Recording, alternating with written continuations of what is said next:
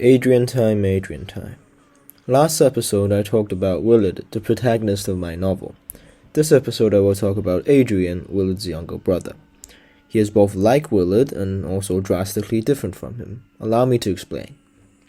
Adrian is, in all senses, a diamond in the rough, in the very, very rough. He's a little punk in most senses of the word. He detests the status quo, acts on his own code of righteous justice, and is more or less a local vigilante who bullies bullies. There was a point in the story where several men gang up on Willard for an old feud. While Willard tries to resolve the conflict peacefully with little success, getting beaten down in the process, he is saved by Adrian, who chucked extremely precise pieces of ice at his bullies. Oh, did I mention that Adrian was a particularly good shot? He's got eyes of a fowl.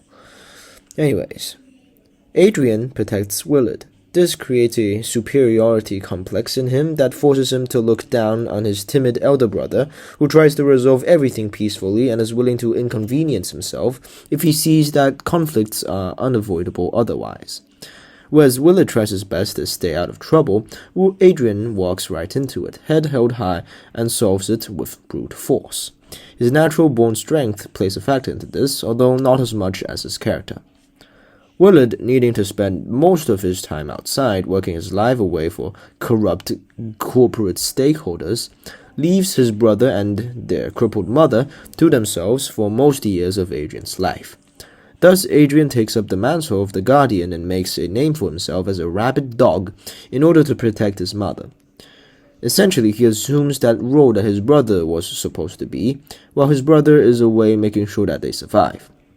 While you could argue that the money Willard makes is crucial to the family's survival, Adrian's protection and company keeps the family alive. But like I said, it gives Adrian a superiority complex. He believes that he's more of a brother than Willard. He believes that he's a better son. And as his personality deems it, he believes Willard is incapable of handling himself in conflicts. He thinks Willard is a softy, and he scoffs at Willard for it. It's quite sad, considering how much Willard had sacrificed for him, but it makes sense. And it's quite potent, actually, since Willard himself doesn't know his brother's superiority complex. Then, throughout the first act, the two makes up, until the climax takes everything away again. Willard falls into a state of depression, and Adrian, unlike the scruffy, hot-headed person he always was, speaks genuinely to Willard and tells him to get over it, even when that it is the probable death of their mother. Things happen, and the story goes to Chapter 2. In Chapter 2, Adrian gets his own plotline. Essentially what happens in this line is he meets someone he truly cares for. Cliché, I get it, but there's a reason why it's used so often.